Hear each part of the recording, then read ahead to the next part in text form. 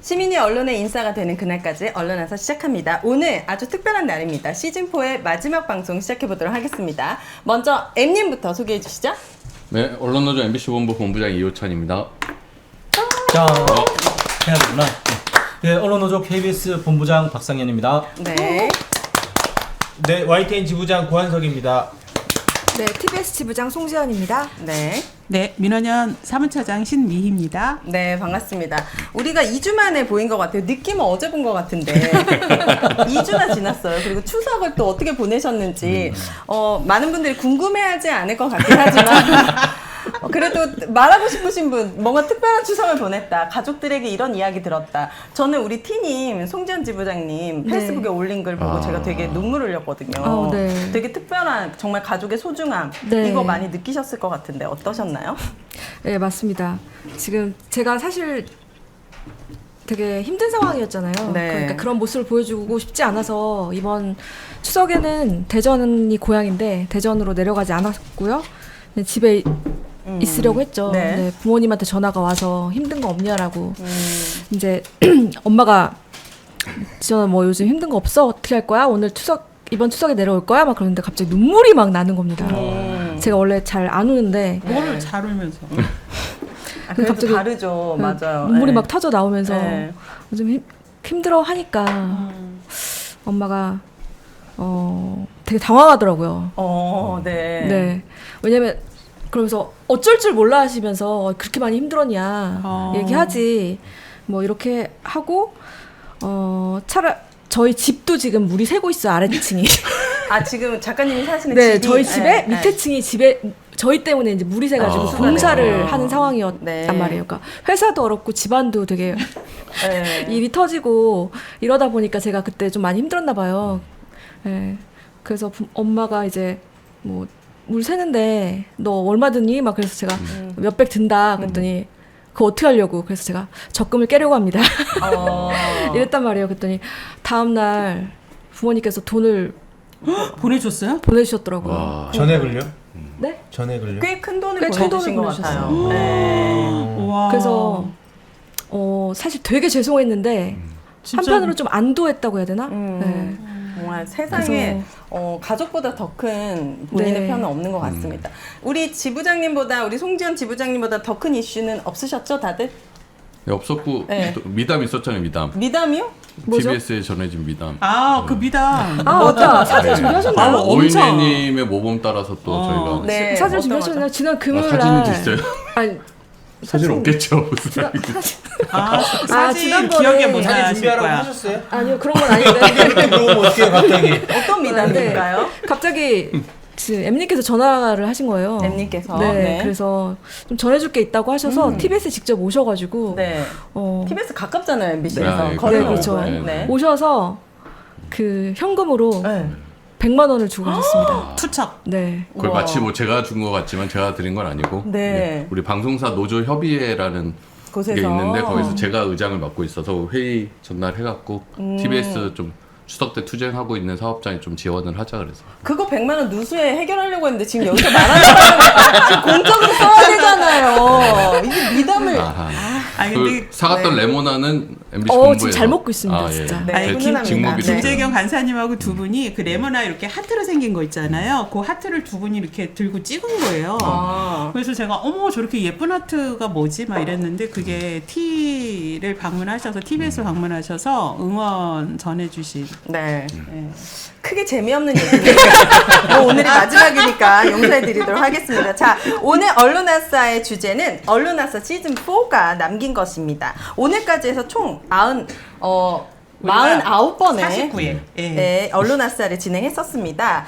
그러다 보니까 정말 많은 일들이 있었는데, 자, 제가 들고 있는 차트, 여기 앞에 있는 차트에서 공영방송과 관련된 9개의 키워드 준비해봤습니다. 돌아가면서 뽑아서 거기에 관련된 이슈를 얘기해보도록 하겠습니다. 먼저 대본에 와인님부터 있지만 우리 T님부터 뽑아보시죠. T님. 저는 네.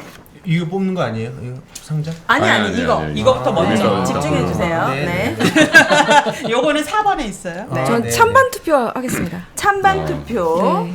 자, 찬반 투표는 KBS에 관련된 이슈인 것 같습니다. 네. 설명해 주시죠. KBS 저희가 찬반 투표? 이번 주부터 쟁의행위 찬반 투표에 들어갔습니다. 그래서 쟁의행위. 예, 그 사업장 보면은 저희들이 사업장에서 정식 합법적으로 이제 쟁의행위를 할 수가 있는 게 단체 협약 교섭이 결렬되거나 임금 협상이 결렬이 되면은 이제 그거를 이제 쟁취하기 위해서 이제 파업 같은 쟁의행위를 할 수가 있는데 저희는 이번에 단체 협약 결렬이 되었기 때문에 그것을 쟁취하기 위한 쟁의행위 찬반 투표에 들어갔는데 타이틀은 이래요. 일단 뭐 단협 쟁취는 들어가고 무능경영 심판, 그다음에 공영방송 KBS 사수라는 타이틀로 저희들 들어갔고 네. 저희는 또 이제 방송사의 노동조합이 여러 군데가 있어요. 여러 군데가 또 쟁행위 행위를 하려고 하면은 같이 투표를 해야 되거든요. 그래서 같이 투표를 해야 되는데 저희도 들어갔고 저희보다 두 번째로 큰 이제 노동조합인 기업별 노조인 KBS 노조도 들어갔는데 이게 저희 노조 조합원들이 절반 이상 찬성한다고 해서 저희만 파업에 들어갈 수 있는 게 아니라 뭐 쟁의행위에 들어가려고 하면은 이 모든 노동조합의 조합원의 과반 이상이 찬성을 해야 되거든요. 그래서 이제 저희들만의 의지로 되는 건 아닌데 저희들만의 의지로라도 한번 해보기 위해서 지금 열심히 독립 활동을 하고 있습니다. 이 결과에 따라서 바뀔 수 있는 결과가 있습니까? 이제 쟁의행위에 들어가게 되면은 뭐 태업이라든지 뭐 여러 가지 할 수 있고 이제 궁극적으로 이제 파업을 할 수가 있죠. 그래서 이제 파업을 해서 단체 협약을 우리랑 맺지 않는 박민 사장 필요 없다 나가라 이렇게 뭐 요구할 수도 있고 네. 그리고 특히 지금 KBS 망가졌다라는 얘기를 많이 지금 듣고 있는데 네. 방송을 바로잡기 위한 여러 가지 제도적 장치들을 결국 이제 단협 쟁취를 통해서 만들어낼 수 있을 거라고 저희들 기대하고 있습니다. 예. 그러면 지금 이제 투표를 하잖아요. 네. 요 쟁의행위 이거를 하겠다 말겠다 하는데 투표율 목표가 다른 노조는 모르겠고 예. 저희는 그 얼마 전에 언론아싸에서 얘기 드렸지만은 사장 신임 투표할 때 82% 투표율이 나왔었거든요. 네. 그 정도는 나와야 되지 않을까. 뭐 총 몇 명 정도인데요, 대략? 저희가 조합원이 한 2,000명 정도 되거든요. 2,000명 좀 넘는데 그렇게 되면은 투표율만 했을 때는 한 1,600명 정도는 투표를 하실 수 있도록 저희들이 만들어야죠. 네. 찬성률의 목표는 찬성률의 목표는 저희들은 사장 신임 투표했을 때는 사장 불신임률이 98%가 나왔는데 그것까지는 쉽지 않을 것 같고 뭐 저희만 따졌을 때는 그래도 한 80%는 나오지 않을까? 찬성률도? 이건 뭐예요? KBS 공영 노조 투표 진행하지 않는 이유는? 그래서 공영 아까 노조. 말씀드렸던 것처럼 모든 노동조합이 같이 해야 되는데 저희가 한 2,000명 정도 되고 그리고 이제 두 번째로 큰 KBS 노조가 한 700~800명 정도 되는 걸로 네. 알고 있고 그다음에 공영 노조가 한 30명 정도? 소규모군요. 네, 소규모인데 아. 이분들은 지금 체제를 너무 사랑하시는 분들이라서 좋아하는구나. 예. 그래서 아마 투표를 안 하시는 것 같아요. 그래서 저희들이 교섭 대표 노조라서 이 투표 일정 이런 게 나오면은 이제 다른 노조에 딱 통보를 해줘요. 그렇게 하면 그 노조에서 각자 알아서 하는 거고 그래서 KBS 노조도 저희하고 같은 기간에 투표를 하겠다라고 공고를 올렸는데 공영노조는 그런 공고도 지금 전혀 없는 상황인 거죠. 네. 알겠습니다. 그러니까 이게 언론노조 KBS 본부만 동의해서 파업을 합법적으로 하기가 쉽지가 않은 상황 같더라고요. 그러면 거의 전원 투표에 전원 전원 찬성이 돼야 찬성을- 되는 상황이었는데 다행히도 KBS 노조나 좀 이제 보수 성향의 노조도 같이 참여를 한 거죠. 그래서 네. 파업 찬성이 나올 가능성이 좀 더 높아질. 좀 더 그러면 높다는 파업을 합법적으로 할 수 네. 있죠. 서로 네. 동의하에 할 수 있는 네. 거군요. 그러니까 그쪽도 박민 체제에 대한 불만들이 있는 거죠. 네. 그동안 시민들이 왜 언론이 이렇게 망가지고 있는데 내부에서는 파업 등 투쟁을 왜 안 하냐 이런 숱한 질문들을 하셨는데 네. 지금 KBS가 내부에서 이렇게 저항하고 있다. 지금 최후의 수단이잖아요. 노동자들이 할 수 있는 할 수 있는 최후의 최후의 수단이자 최고의 수단이 파업 투쟁인데 네. 이제 이게 파업으로 갈지는 더 봐야 되겠지만 지금 이제 안에서 네. 예, 박민 연임 저지와 공영방송을 사수를 사수하겠다는 위한 의지로 한 단계 한 발 한 발 지금 나가고 있다라고 볼 수 있습니다. 예. 알겠습니다. 자, 그럼 우리 KBS가 한번 뽑아주시죠. 제가 여기 중에서. 뽑을까요? 네. 국정감사 할까요? 국정감사. 자, 국정감사 5번입니다. 이거에 대해서는 누가 설명해 주실까요? 국정감사가 지금 10월 7일부터 10월 24일까지 열릴 예정이라고 하는데 네. 제가 궁금한 거는 이 국감의 주요 이슈가 크게 조금 심플하게 말씀해 주실 수 있는 분? 와인님? 네. 먼저 방심이 그 민원사주 사건 요거 국정감사하는 게 이제 첫 방심이? 번째로 진행이 되고 유일인 말하는 건가요? 그렇죠. 아, 유일임의 네. 민원사주 사건 네. 그리고 YTN 사형화의 경위를 밝히는 거 강제매각 그리고 강제매각. 여기 소멸화라고 표현이 됐는데 TBS가 이렇게 공중 분해되는 상황을 누가 초래했는가 그 책임을 묻는 거 제가 볼 때는 요 크게 세 가지인 것 같아요. 그렇군요. 네. 유일임, YTN, TBS 폐국 요 네, 관련된 그- 세 가지시군요. 그리고 또 방통위 지금의 또 방통위가 이진숙?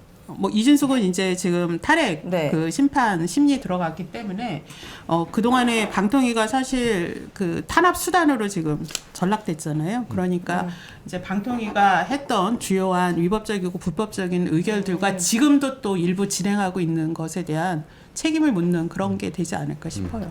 국감 증인 참고인으로 나가시는 분은 여기에 누가 계시나요? 다 나가세요. 다 나가요. 다 네 분 다 나옵니다. 나가십니까? 네. 아, 네. 가서 언론화사 그래도 49번이나 했는데 네. 여기서 많은 것들이 단련되셨잖아요. 아, 네네. 가서 언론화사 홍보하라는 건 아니죠?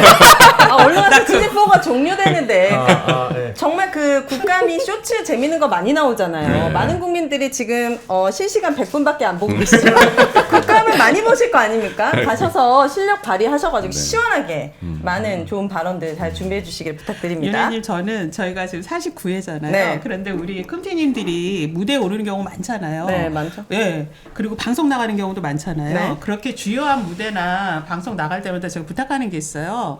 이게 언론화사를 자연스럽게 노출해달라. 아. 근데 이분들이 단 한 번도 안 해주셔서 제가 진짜 서운해서 울 지경이에요. 아, 근데 왜 안 한다고 생각하십니까? 49번이나 했는데. 그건 제가 설명해 네. 드릴 수 있는데 무대에 딱 올라가면 사람들이 환호가 일단 있고 이제 해야지라고 생각을 딱 하고 들어가도 네. 제 발언이 끝나면 머릿속이 하얘지고 그 생각이 전혀 안 나요. 진짜 까먹어서? 일부러 네. 일부러 하는 건 아닌데 그래서 시민사무처님께 말씀드리고 싶은 건 저희한테 얘기하기보다는 MC한테 얘기하는 게 그래서 MC가 물어보게 하는 게 훨씬 낫지 않나. MC 네. 명태균. 아, 네. 네? 자, 근데 한 번 한 거 같은데 내 지금 아니 한 번도 안 하셨어요. 한 번도 안 했어요. 네. 한 번도 안 했을까? 지난번 과거- 아니, 우리 김어준 이런 데 나가서는 언론화사 옷 네. 입고 했죠. 옷 입고 했죠. 우리 네 명 티셔츠. 있죠. 근데 사람들이 아, 그 세 언론화사 명이서. 오신지 모르잖아요. 아니에요. 거기서 근데 뭐 수십 만이- 사무처장님만 네. 모르시는 것 같은데 이건 홍보의 문제가 아닙니다. 네, 홍보의 문제라고 자꾸 생각하시면은 안 될 것 같습니다. 자, 국감에서 반드시 밝히고 싶은 게 이거 하나만은 밝히고 싶다. 이런 각오들 궁금하거든요. 우리 YTN부터 뭘 밝히고 싶으시죠?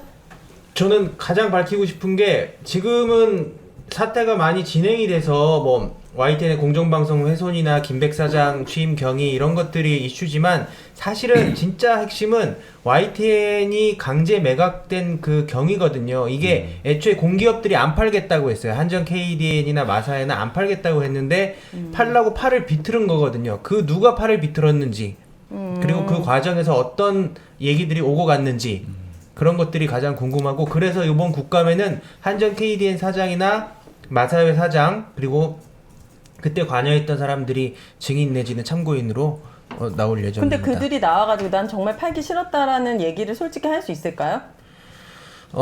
솔직히 안 할 것 같아요. 근데 뭐 속에 있는 얘기까지 다 하진 않겠지만 네. 정황이나 단서나 이런 것들을 이야기할 수도 있고 그리고 또 사람의 양심이라는 것은 또 모르잖아요. 네. 그래서 그 과정에서 어떤 증거들이 있으면 좋을 것 같은데요.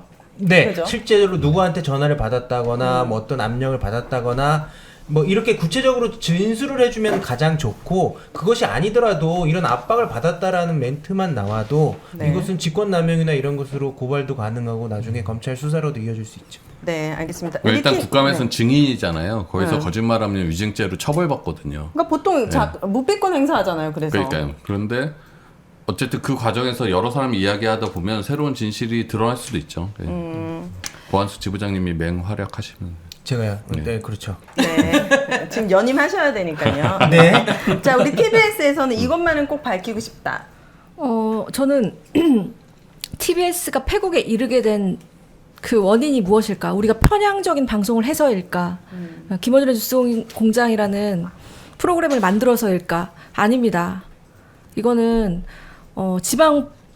지방 권력이 정말 방송사 하나를 박살낸 거거든요. 그러면 그 원인 제공자가 누구이냐? 오세훈 서울시장입니다. 네.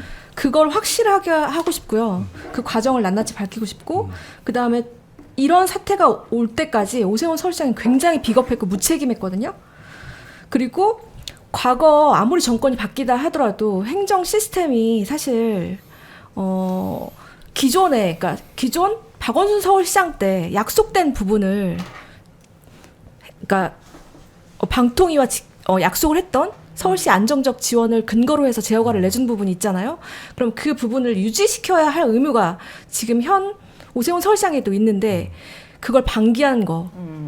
이 그리고- 오세훈은 증인으로 나옵니까? 아니 오세훈 서울시장은 증인으로 나오지 않고 정무부시장 김병민 정무부시장은 아마 증인으로 나오게 될 겁니다. 부시장도 오세훈은 있나요? 왜 네, 안 부시장 나와요? 있어요. 오세훈 서울시장 안 치고 싶다고 말씀드렸는데 이게 네. 쉽지는 않은 문제인가 봐요. 네, 아마 현역이라서 그런가? 네 그렇기도 하고 아마 여당 반대가 굉장히 여당- 심할 거라고 생각을 해서 의뢰 뭐 네, 이번에 국감 증인이 100 몇 명인데 네. 이거 네. 채택하는데 여당이 강력 반발하고 강력하게 집단 반발했어요. 퇴장하고 증인 채택 선정하는 데 있어서 아주 힘겨루기가 네. 어마했다고 해요. 아마 그 과정에서 오세훈 채택이 안 됐을 거라는 추정이에요. 네. 서울시 의회 쪽은 나와요? 서울시 의회도 아무래도 거의 어쨌든 의원이니까. 지방자치 같은, 제도가 예, 이게 지방의회라서. 탄탄하지 않습니까? 그러니까 국회의원이 시의원을 부른다는 것 자체가 굉장히 모양새는 안 좋을 것 같아서 그것도 힘든 일인 것 같아요. 그럼 TBS 관련해서 주목할 만한 증인은 누가 있습니까? 그래도 꽤 많죠. 정무부시장 그다음에 서울 TBS 주무기관이었던 출연기관 주무기관이었던 서울시 홍보기획관 공무원들이 나올 거고요. 그리고 전임 대표들 그러니까 이강택 대표 그다음에 TBS 대표 말씀하시는 네, TBS 이강택 대표, 그다음에 정택 대표가 아마 참 나올 것 같고요. 그다음에 시사 프로그램 제작진들 그러면 뉴스공장 제작진들도 나오나요? 아마 그거 뉴스공장 아마 그때 당시에 편성 책임자가 나올 것 같고 그다음에 뭐 신장식의 신장기업 PD 그다음에 뭐 저도 참고인으로 네. 불렀거든요. 그래서 지금 사실 국가 권력에서 공영 방송사가 문 닫는 이 사태에 대해서 제대로 좀 얘기를 해볼 생각. 네. 제가 뭐 할 수 있는 건 아니지만. 알겠습니다. 자, KBS는 어떤 거 저희는 밝히고 싶으십니까? 국감장에서 네. 재밌는 것들이 좀 있을 건데 예고만 뭐 재미있을 일들이 있을 거라는 말씀만 드리고 재밌을 만한 게 지금까지 한 번도 없었거든요. 아니, 제가 재미없죠. 저는 재미없는데 KBS 내부에서 일어나는 약간 재밌는 뭐 일인가? 좀 있을 것 같고 뭔가 네. 밝혀지지 않았던 사실들이 네네 뭐 있을 것 오. 같고 일단 저희는 개인적으로는 꼭 밝혔으면 하는 거는 여전히 수신료 문제인 것 같아요. 수신료가 왜 이게 처음에 용산 대통령실에서 뭐 국민 제안이라고 하는 요상한 방식을 통해서 이게 시작이 되었나, 누가 시작을 했나, 어떤 근거를 갖고 시작을 했냐, 네. 이거를 조금 밝히는 게 이루어졌으면 좋겠다라는 좀 바람이 있고, 네. 그 다음에 지금 하나가 과연 박민 사장이 어떻게 해서 KBS 사장이 되었느냐라는 부분들도 좀 얘기가 나올 수 있을 것 같아요. 그 얼마 전에 말씀드렸지만 저희 이성래 당시에 이사? 이성래 이사가 그 부분 관련해 가지고 박민을 사장으로 만들기 위해서 자기를 겁박한 사람들이 있다라고 얘기를 했었지 않습니까? 그래서 이성래 이사가 이번에 또 증인으로 채택이 됐어요. 이성래 이사가 나올지는 모르겠지만 만약에 나온다라고 하면 뭐 그런 상황들에 대해서 좀 얘기를 하고 무엇이 문제였고 어떠한 일들이 있었는지를 좀 얘기할 수 있지 않을까 좀 생각하고 있습니다. 예. 네. 그 우리- KBS 장학 문건 이것도 좀 밝혀져야 되는 거 아니에요? KBS 장학 문건은 국감에서는 힘들 것 같고요. 뭐 수사로 하면은 뭐 나올 것 같습니다. 수사로 하면. 예. 저 이미 고소돼 있는 상황이라서 예. 조사받으러 가야 돼요. 네. 우리 MBC는요. 어떤 걸 밝히고 싶으십니까? 밝히고 싶은 뭐 희망으로 치면 밝히고 싶은 것보다 좀 사과를 좀 들었으면 좋겠어요. 들었으면 좋겠다고요? 방통위 뭐 김태규 부위원장이나 이진숙도 뭐 증인으로 채택됐을 때 나와서 무슨 얘기할지 모르겠는데 국민의힘 의원들이나 어쨌든 기존의 방송 장악에 대해서 하나도 인정을 하지 않았잖아요. 그리고 그날 2인 체제 방통위에서 급박하게 박문진 이사진 임명하고 이런 것에 대해서도 법적으로 전혀 문제가 없었다는 거였고 2인 체제도 합법적이다 뭐 이런 식으로 얘기했잖아요. 근데 법원의 판단을 보면 전혀 그렇지 않은 거잖아요. 그러니까 1심 법원 판단이라고 또 무시하고 하겠지만 최소한의 자기들이 이때까지 과정이 얼마나 무리였는지에 대한 좀 인정? 이게 정말 희망사항인데. 여기 밝힌 것 중에 가장 힘들 것 같은데 지금. 네, 어쨌든 그럼 그런 정신 차렸으면 희망사항을 좋겠어요. 갖고 네. 계신다. 자, MBC에서 그럼 뽑아주시죠. 다음 키워드. 전 소멸화. 소멸화. 네. 이거 무슨 뜻입니까? TBS 이야기일까요? 좀 더 했으면 좋겠어요. 네. 사람들이 이번에 출연 기관에서 지정 해제됐을 때 사람들이 이제 TBS가 민영화 됐다고 얘기를 하잖아요. 네. 근데 YTN 같은 경우에는 민영화 아니라 사형화라고 얘기를 하셨죠. 저는 TBS 같은 경우는 민영화가 아니라 소멸화다라고 얘기를 하고 싶습니다. 네. 왜냐하면 저희는 민영화 할 수 있는 상황들이 아니에요. 일단 KBS 같은 경우에도 자산이 있고 MBC, 뭐 YTN 다 주식회사지 않습니까? 그러니까 그러니까 주식이 있거나 아니면 자기 자본이 있거나 그렇잖아요. 근데 TBS 같은 경우에는 원래부터 서울시 예산을 바탕으로 한 시형 방송이었어요. 네. 네, 그걸로 시작했기 때문에 그리고 저희 건물도 서울시가 지금 싸게 임대를 해주고 있는 상황이라서 저희 건물도 서울시 아니고요. 거예요? 그러면 네, 서울시 그 건물은? 겁니다. 네. 아, 네. 그리고 자기 자본 처음에 이제 재단으로 전환했을 때 저희가 100만 자본금 100만 원으로 와. 시작을 했습니다. 네. 현재 남아 있는 돈이 1,000만 원 정도 있다고 하는데 사실은 그것도 다 문제는 송출비와 지금 임대료가 밀려 있어요. 올해부터. 네. 그러니까 지금 돈이 전혀 없는 상황인데. 자본금이 많았을 때는 정말 잘 나갔을 때 어느 정도 쌓였었는데요? 아니 저희가 쌓일 수 없어요. 저희가 자본금은 바뀌는 게 아니고 처음에 100만 원으로 시작을 한 거고 네. 이제 그동안에 매출액 그죠? 매출. 네. 매출이 잘 나왔을 때 매출액은 잘 나갔을 때 그 100억 정도를 저희가 번 적이 있었죠. 한 달에. 아니요? 그럼 연? 2년에? 네, 연. 근데 많이 기본적으로 벌지 서울시가 매년 뭐 400억인가를 네. 그렇죠. 투자를 400. 하기로 하고 지금 미디어 재단으로 맞습니다. 만들어졌다는 네, 거잖아요. 그 전에 한 300억, 400억 사이에서 이렇게 계속해서 출연금을 받았고, 네. 한 70% 정도 재정 자립도가 있었어요. 근데 그게 이제 저희가, 그러니까 탄압을 당하기 직전까지 그걸 65%로 좀 낮춘 상황이었거든요. 네. 네, 그런 상황에서 이제 킬러 컨텐츠들이 빠지고 갑자기 이제 더 출연금 아니면은 생존할 수 없는 상황이 됐습니다. 네. 근데 일단 아시겠지만 뭐 시형 방송이든 국영 방송이라고 KBS를 하는데 민주사회에서 지금 국영이나 시형의 한계가 되게 많지 않습니까? 정권에 따라 흔들리기도 하고 홍보 방송사가 결국 되기 때문에 그 한계를 극복하기 위해서 저희가 2020년에 그 산하 사업소 서울시 사업소에서 사실 출연 기관으로 재단을 독립을 한 거거든요. 근데 그게 이제 반쪽짜리 독립이었던 거죠. 그래서 일단 그때부터 이제 시작을 해서 저희가 3년 동안 자체 수익 모델을 만들려고 되게 노력을 했고 또 새로운 컨텐츠들을 만들려고 되게 막 이렇게 준비를 하고 있는 상황이었어요. 네. 네, 그런 상황에서 이제 갑자기 이런 탄압 국면이 왔기 때문에 지금은 살 수가 없는 상황이에요. 그러니까 지금 저희 상황을 얘기하면 상업 광고 허용 안 되고요. 그다음에 출연 기간이었기 때문에 모든 어떤 돈을 받기 위해서는 다 서울시 허락이 있어요. 서울시장의 승인을 받아야 되는 상황입니다. 네. 근데 지금 정관이 그렇게 돼 있어요. 그렇기 때문에 저희가 돈을 벌려면 벌 수 있는 통로가 전혀 없어요. 지금 현재 상황에서. 그런데 민영화가 됐다?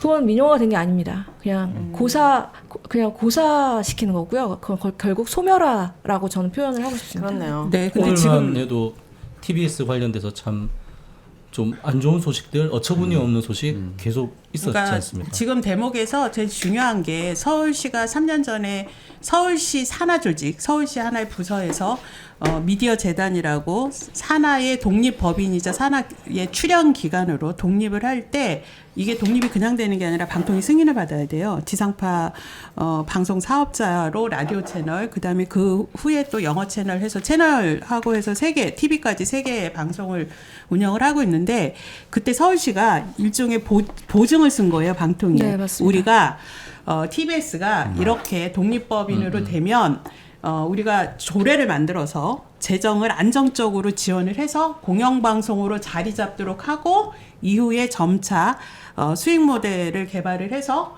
진정한 독립이 되게 하겠다. 그쵸, 이렇게 그거- 약속을 하고 일종의 보증수표를 발행을 해서 방통위가 그걸 믿고 승인을 내준 거거든요. 네. 근데 그거를 지켜야 될 의무가 있어요. 특히 서울시는 당시에 방통위에다가 그 승인을 받으려고 별도 서약서까지 냈어요. 네. 우리가 이렇게 제출하는 서류는 국가기관에 대한 공적 약속이다. 그리고 우리는 이걸 반드시 성실하게 잘 이행하겠다는 별도의 서약서까지 해서 냈기 때문에 이거를 이행할 의무가 있거든요. 그런데 그동안에 그게 가려져 있었던 거고 방통위는 주무부처로서 승인을 해줄 때 이러이러한 조건을 지켜 이거 안 지키면 가령 나중에 승인 취소할 수도 있고 니네 제재도 할 수 있어 이렇게 했기 때문에 이번에 서울시 의회가 지원 조례를 폐지할 때 그거는 약속 이행하는 게 가장 중요한 조건이잖아요. 이거 하면 안 돼. 방통위가 제동도 걸어야 돼요. 그런데 아무런 역할을 안 한 상태에서 서울시와 서울시 의회는 방통위의 승인을 받거나 하는 과정도 협의 과정도 다 생략한 채 그냥 마구 민영화 네. 지금 이제 민영화의 길로 내몰았는데 사실 민영화도 아니죠. 기반도 아직 아무런 기반도 없고 자본 100만 원짜리 방송사가 어떻게 홀로 설 수 있겠어요. 갑자기 그 생각납니다. 이재명, 윤석열 대선 투표하던 날, 그날 TBS에서 저도 출연해서 대선을 중계했었어요. 그때 진짜 유명하고 방송 잘하는 방송인들이 TBS에 다 모였었어요. 다른 스케줄 다 빼고 아침부터 저녁까지 계속 릴레이 방송을 엄청 재밌게 기획해서 했거든요. 그리고 나서 윤석열 대통령이 당선되고 2년 반 만에 그렇게 활발했고 그렇게 재밌었던 멀쩡한 방송국이 이렇게 됐다라고 하면 누군가는 책임을 져야죠. 그리고 이게 만약에 정말 청사진을 돌려서 좀 오래 걸리더라도 다시 TBS를 살릴 수 있다면 가장 빠른 방법은 뭡니까? 지금 서울시죠. 서울시가 다시 지원금을 주는 그렇죠. 겁니까? 예, 그렇죠. 출연금을 주는 근데 거고. 그 근거는 사라졌죠. 그 근거를 근거가 사라진 겁니다. 출연 기간이라고 서울시의 출연 기간 그 출연금이 서울시가 지원해 주는 걸 출연금이라래요. 그거를 지원해 주려면 출연 기간으로 지정을 해야 돼요. 근데 그거를 서울시가 행안부에다가 우리 출연 기간 아니니까 해제해 주세요. 그래서 9월 11일자로 해제가 됐는데 서울시가 그 출연 기간으로 다시 지정을 해달라 하고 서울시 의회가 서울시가 TBS는 서울시가 만든 거니까 다시 제자리로 돌아갈 수 있도록 지원을 해주세요라는 조례만 제정을 해주면 쉽게 풀릴 수 있는 문제예요. 그러니까 아무런 대책 없이 그냥 TBS를 길거리에 던져버린 거죠. 그러니까 서울시가 정말 오세훈 시장이랑 시의회가 정말 나쁜 사람들인 거고. 네. 또 오늘 뭐 정관 변경 거부된 그 얘기도 좀 해주시면. 네, 정관 변경이 네. 뭐길래 사람들이 이렇게 날릴까라고 네. 하는 건데, 그러니까 저희 이제 다 회사마다 정관이 있잖아요. 근데 정관이 이제 저희가 어떻게 돼 있냐면 서울시 출연 기관이기 때문에, 그러니까 서울시가 뭘 해야 된다, 이런 대목들이 있고, 그 다음에 출연금을 받기 때문에 시민 세금을 받기 때문에 외부에서 받는 돈에 대해서 좀 엄격한 측면이 있어요. 그런 부분들에 대해서 이제 출연 기관으로서 해제가 됐기 때문에 이제 정관을 그에 맞춰서 이제 바꾸는 거죠. 그래서 네. 후원을 받을 수 있도록 또 네. 하고 그다음에 서울시와 시의회가 어쩌고 저쩌고 하는 부분들은 다 삭제하고 이런 정관 개정을 네. 저희 이사회가 2주 전에 의결을 했고요. 그거를 의결한 걸 가지고 이제 방통위의 승인을 받아야 되는 상황이에요. 저희 주무 부서가 이제 방통이기 때문에 네. 지상파 사업자이기 때문에. 근데 이제 승인 신청을 했는데 그쪽에서 이제 정관 변경은 보통은 저희가 3월에도 정관 변경을 했단 말이에요. 그러니까 조직 개편 같은 거 할 때도 정관 변경을 다 하는데 네. 보통은 이제 담당 주무 부서의 공무원이 이제 승인하겠습니다 이렇게 하는 상황인데 이 정관 개정은 네. 좀 특별한 거예요. 왜냐하면 공영방송했던 TBS가 민영방송이 됐는데 그 민영방송에서 자금을 그러니까 이제까지 서울시가 출연했던 그 돈을 외부에서 받아야 되는 상황인 거잖아요. 그럼 민영화입니다. 네. 그러다 보니까 방통위에서 이거를 그냥 정관 개정으로만 보지 않고 소유 구조가 완전히 소유 구조의 바뀌는 개선으로 거다. 본 거예요. 네. 그러니까 YTN 같은 경우처럼 최다 출자자 변경 승인 정도에 준하는 상황으로 보고 있다라고 방통위 쪽에서 얘기를 했어요. 네. 그러다 보니까 이거는 우리가 결정할 수 없습니다. 그러니까 저희가 5인 체제잖아요.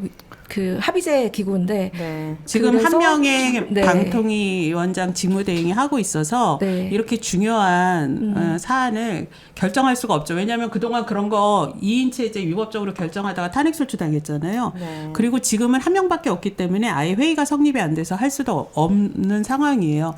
더욱이나 지금 방통위에서는 2022년 그때는 얘네들 장학기술자 오기 전이죠. 그 한상혁 방통위원장 시절에 지원조례 폐지할 때 방통위원회에서 서울시에다가 강하게 경고를 했어요. 너희가 공적 재원을 갖고 지원한다 해서 우리는 승인을 해줬는데 이렇게 일방적으로 아무런 대책도 없이 공영방송으로서 운영하도록 유지할 수 있는 방안도 없이 이렇게 하는 건 안 돼. 이거는 우리가 지원 조례는 우리가 승인할 때 가장 핵심적인 사안이야. 그러니까 서울시가 대책을 마련해. 라고 이미 그때 경고를 하고 공문도 보냈기 때문에 지금에 와서 이렇게 지원조례 폐지됐고 그래서 정관 변경할 수밖에 없다. 외부 자금 받을 수밖에 없다 하는 거를 지금 임의로 할 수가 없죠. 저는 솔직히 이거가 그러니까 사실은 통로가 없어요. 저희가 이제 민간 자본을 받을 수 있는 통로가 없고 서울시 출연기관으로 해제돼서 사실 붕 뜬 거예요. 붕 뜬 상황에서 지금 어느 곳도 지금 책임을 지려고 하지 않는 상황인데 제가 오세훈 서울시장한테 속 시원하냐고 물어보고 싶거든요. 네. 이제 속이 시원하십니까? TBS 이렇게 만들어놓고 공중분해하게 돼서 네. 그렇게 말씀을 드리고 싶고 너무 출연기간 해제도 사실은 되게 비겁한 거였죠. 비겁한 방식이었고 출연기간을 해제시켜가지고 방통위가 어쩔 수 없이 정관 개정을 하게 만들려고 하는 그렇게, 압박수단. 압박수단이었고 근데 그게 잘 안 됐단 말이에요. 그럼 이제 어떻게 하실 건가요? 그렇다고 책임이 절대 없지 않습니다. 지금 좋아하실 수도 있어요. 생각해보는데 기간 해제됐을 때 그날 당일날 뉴스 기사가 쏟아졌는데 그 기사 대부분이 뭐 정치바람 타다 추락한 TBS 막 이런 식으로 결국 네. 니들이 편향적인 자초했다. 방송을 했으니까 민영화가 된 거는 니들이 죗값을 받은 거다라는 언론의 보도가 있었습니다. 전 되게 화가 났거든요. 이거 서울시에 면죄부를 주고 TBS의 잘못이다라고 하면서 같은 언론사가 그렇게 했다는 거에 대해서 되게 절망적이었어요. 그렇게 할 걸 알고 오세훈 서울시장도 오만방자기 이렇게 보고만 있는 거겠죠. 근데 저는 결코 지금 좀만 기다리세요. 딱 기다리세요. 네. 국정감사까지. 딱 그러니까 기다려요. 이게 반드시 지금 책임져야 국정감사가 정말 중요해요. TBS에는. 서울시가 정말 나쁜 게 이걸 몰랐을까요? 그러지 않았을 것 같아요. 아니에요. 자기들이 출연기간 해제하면 정관 변경 신청할 거고 근데 방통위가 좀 1인 체제인데 1인 체제에서 이런 중요한 결정 하기 어렵다는 거 다 그쵸. 알았을 거 아니에요. 자기들 다 판단하고 그런 상황에서 아무 대책 없이 TBS에 던져 버리고 그러니까 TBS 또 이제 오늘 방통위 자료 보면 탄핵 때문에 이 결정을 뭔가 하지 못하는 것처럼 또 야당의 책임을 미루는 거예요. 그러니까 TBS 구성원들 240여 명을 가운데 두고 또 TBS라는 방송국을 볼모 삼아서 서로 핑퐁 치면서 아무도 책임을 지지 않는 뻔히 이런 사태가 올 줄 알면서도 서울시는 그냥 내던져 버린 정말 그리고 진짜 방통위에도 역사적인 제가 심판을 받아요. 얘기하고 싶습니다. 이제까지 가만히 계시다가 왜 갑자기 선생 노릇 하려고 하나 이런 얘기 하고 싶고요. TBS 정관 개정 반려할 거면 서울시민 시청치권 보장을 위해서라도 지금이라도 서울시에 대한 관리 감독 철저히 하고 그다음에 상업 광고 허용하게 해주세요.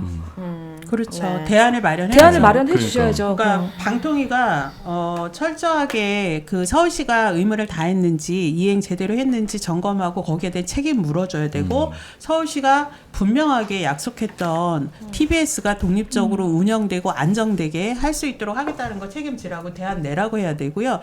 서울시가 못 내면 방통위가 대안을 내야 돼요. 그리고 방통위는 현재 정관에 따르면 방통위는 TBS 이사 2명을 추천하게 돼 있고 그동안 2명을 추천해가지고 영향력을 직접적으로 행사해 왔어요. 그런데 지금에 와서 우리는 몰랐다? 말이 안 되거든요. 이거는 서울시하고 서울시의회가 TBS를 재정 압박으로 탄압하는 거를 사실상 방치하면서 공조한 셈이죠. 네. 예, 이 두 책임을 반드시 국감에서 묻고 대안 마련해라. 대책 티님 마련해라. 국감 가면 발언 기회 많이 있으시겠죠? 없을 것 같습니다. 왠지 저한테 물어볼까요? 그래도 보통 물어보나요? TBS를 대변할 수 Y랑 있는 T만 갖고 하루를 지금 한다는 그러니까요. 거잖아요. 하루를 네. YTN하고 TBS만 갖고 증인들이 하는데. 많아서, 네. 준비 많이 하셔서 꼭 발언 기회 없으면 손에 드세요. 알겠습니다. 이 말이라도 꼭 하고 싶다. 그것밖에 지금 기회가 없잖아요. 네, 말하고 싶어요. 너무너무 말하고 싶습니다. 네. 드셔가지고 알겠습니다. 심은정님도 꼭 국감 때 T님 발언 기회 주어지기를 바란다고 하셨습니다. 이건 뭡니까? 이성구 대행 본인 도망가면 전 직원 해고. 어처구니없는 일인데 오늘 월급날입니다. 오늘 TBS 월급날인데요. 월급날이군요. 네. 아무 소식이 없어요. 문자가 지금 누수도 해결해야 되고 하는데 네, 지금 문자가 입금 문자가 안 오고 왔습니다. 있는데 네. 이성구 대행은 대행이잖아요. 대행이 대표보다 더 심하게 이제 대표 대행으로 온 거예요. 대표 이 사람이? 대행으로 네. 오셨는데 온갖 그 권세는 다 누리시고 책임은 회피하시더라고요. 그래서 전 직원 해고는 뭐예요? 그러니까요. 이거 지금 왜 되게 이러는 거예요, 이 웃긴 사람? 얘기인데 예고문 같은 걸 올린 거죠. 네, 그러니까 예고문을 올리는데 이제 돈이 없다. 이제 돈이 그래서 없다. 돈이 없어서 나는 이제 당신들 책임 못 지고 월급도 못 진다. 난 형사 책임을 질 수 없으니 임금 체불로 체불하는 어제 사직서를 내셨는데 내면 그냥 가시면 되잖아요. 네. 근데 이제 가면서 사직서 내기 전 전에 직원을 해고한 거예요? 이 사람이? 아니, 온갖 인사권을 행사하시고 그다음에 그러니까 이제 인사권도 행사했어요. 네, 인사권 행사하고 그다음에 직원들 전 직원을 해고 해고 구조조정해라. 해고할 구조조정해라. 수 할 수 있다는 있는 서류. 네, 아. 구조조정을 할 계획서를 승인하고 갔습니다. 그래서 갑자기 이제 대표 떠난다고 해서 딱 아침에 와봤는데 갑자기 본부장이 바뀐다고 하고 그거는 왜 한 거예요? 이성구 대행은 왜 그렇게 사인을 하고 간 거예요? 솔직히 되게 거칠게 말하면 복수하고 간 거예요. 그거잖아. 뭐 먹어라. 연 먹어라. 네, 연 먹어라. 이 사람이 와서 무슨 뭐 피해를 당했어요? 이성구 본인이 대행이? 생각할 때는 자기 말 안 자기 말 잘 안 들었다고. 듣고 뭐 하는 것마다 무슨 편성권 침해니 뭐니 하고 무슨 말만 하면 저희가 그렇다고. 양대 노조 들고 일어나고 하다 보니 네. 굉장히 반감이 많았거든요. 방송사가 무슨 편성권 침해 무슨 이런 웃긴다 막 이러면서 굉장히 불만이 많았는데 오래 했어요 대행을? 아니요 5월에 왔어요. 그럼 몇 개월 하지도 않았는데 그러니까요. 떠날 사람이 TBS 미래에 대해서 아. 이렇게 뭐라고 하지? 알바끼식으로 하고 간다는 게 참 어이가 없는 거죠. 네. 이 사람이 가면 또 누가 옵니까? 이 자리에? 지금 당장 공석이 될 것 같고요. 지금 사실 이사회도 지금 열려야 되는 상황인데 어떻게 될지는 안갯소리입니다. TBS 정말 얘기를 답답해, 하다 보면 지금 뭐 아직 탈출구가 아예 그러니까. 안 보이네요. 국감에서 반드시 두 손을 들고라도 네. 발언 기회 얻어가지고 거기서라도 반드시 해소하시기를 바라겠습니다. 자 와이님 골라주시죠. 키워드. 저는 방만 경영으로 하겠습니다. 방만 경영. MBC가 방만 경영 하고 있는 겁니까? 뭡니까? 이건 뭐 짧게 얘기해도 될 네, 것 같아요. 짧게 뭐 좀 해주시죠. 중요한 이슈는 아닌 것 같고 뭐라도 지금 해보려고 감사원이 이제 이 보수단체들이 국민감사 청구한 거를 방문진에 대한 감사 청구를 한 거를 한 1년 넘게 끌고 있다가 작년에도 권태선 이사장 해임시킬 때 그 다음 날인가 그 다음 주 월요일인가 감사원에 이제 출석해야 되는데 출석하기도 전에 해임 절차부터 진행한 거거든요. 그럼 무리수 두다가 그것도 법원에서 집행정지 된 거잖아요. 그러니까 그거를 1년 넘게 조사를 하더니 이제 과거 MBC의 이제 그 여러 경영적인 실패 요인들에 대해서 그러니까 방문진이 제대로 관리 감독하지 않았다 그러면서 주의를 내렸어요. 그러니까 네. 주의 정도로 할 기세가 아니었거든요. 작년에 할 때는. 근데 주의면 그 수준에서는 되게 낮은 건데 낮은 주의를 주면서도 뭔가 MBC 관리 감독에 문제가 있었던 것처럼 냄새를 풍기고. 근데 이 감사 사유들이 다 법원에서 지금 권태선 이사장이 임명되기도 전에 벌어진 일들을 네. 지금 이사장한테 책임을 묻는 거는 부적절하다라고 법원에서 이미 다 결론이 난 사안들이거든요. 그러니까 대놓고 세게는 얘기 못하면서도 마치 문제가 있었더냐 냄새만 풍기고 그냥 흐지부지 끝나버린 네. 좀 안타깝죠. 네, 알겠습니다. 자, 지금 MBC 뭔가 뉴스데스크에서 TBS 소식을 전하고 있다고 심은정님께서 댓글 그래요? 남겨주셨습니다. 아까 취재 네. 왔더라고요. 많은 언론사들이 꼭 오. MBC뿐만 아니라 YTN 힘들고 KBS 안 될 것 같고 어디든 어느 언론사들 또 뉴스토마토부터 해가 뉴스타파 여기 요즘 많잖아요. 떠오르는 네네. 언론사들 TBS 이슈 꼭 묻히지 않고 반드시 살아나기를 저도 정말 응원하도록 하겠습니다. 그럼 키워드는 다 뽑으신 거죠? MBC 뭐 더 뽑을 거 있나요? 없죠? YTN 영업비밀. 영업 영업 비밀. 비밀. 네. 이게 어떤 얘기냐면 6번의 네. 네, 영업비밀. 그 유진그룹이 그 방통위에다가 YTN의 최대 주주가 되도록 허락해 달라고 하면서 사업 계획서 같은 걸 제출을 했어요. 이제 그 사업 계획서가 국회를 통해서 공개가 됐고 최근에 한 8꼭지 정도 언론 보도가 나갔어요. 그 계획서가 엉터리다. 뭐 내용은 짝이 끼고 애초에 그 자문위원들이 뭐 사장 추천위원회 같은 거 다 지키라고 했었다. 유경선 유진그룹 회장도 거기에 동의를 했었다. 뭐 이런 내용들이 다 들어있어요. 그러니까 유진그룹 측에서 깜짝 놀라서 이것은 우리들의 영업비밀인데 더 이상 공표하지 말라면서 그 미디어 오늘과 YTN 노조를 상대로 소송을 냈어요. 가처분 소송.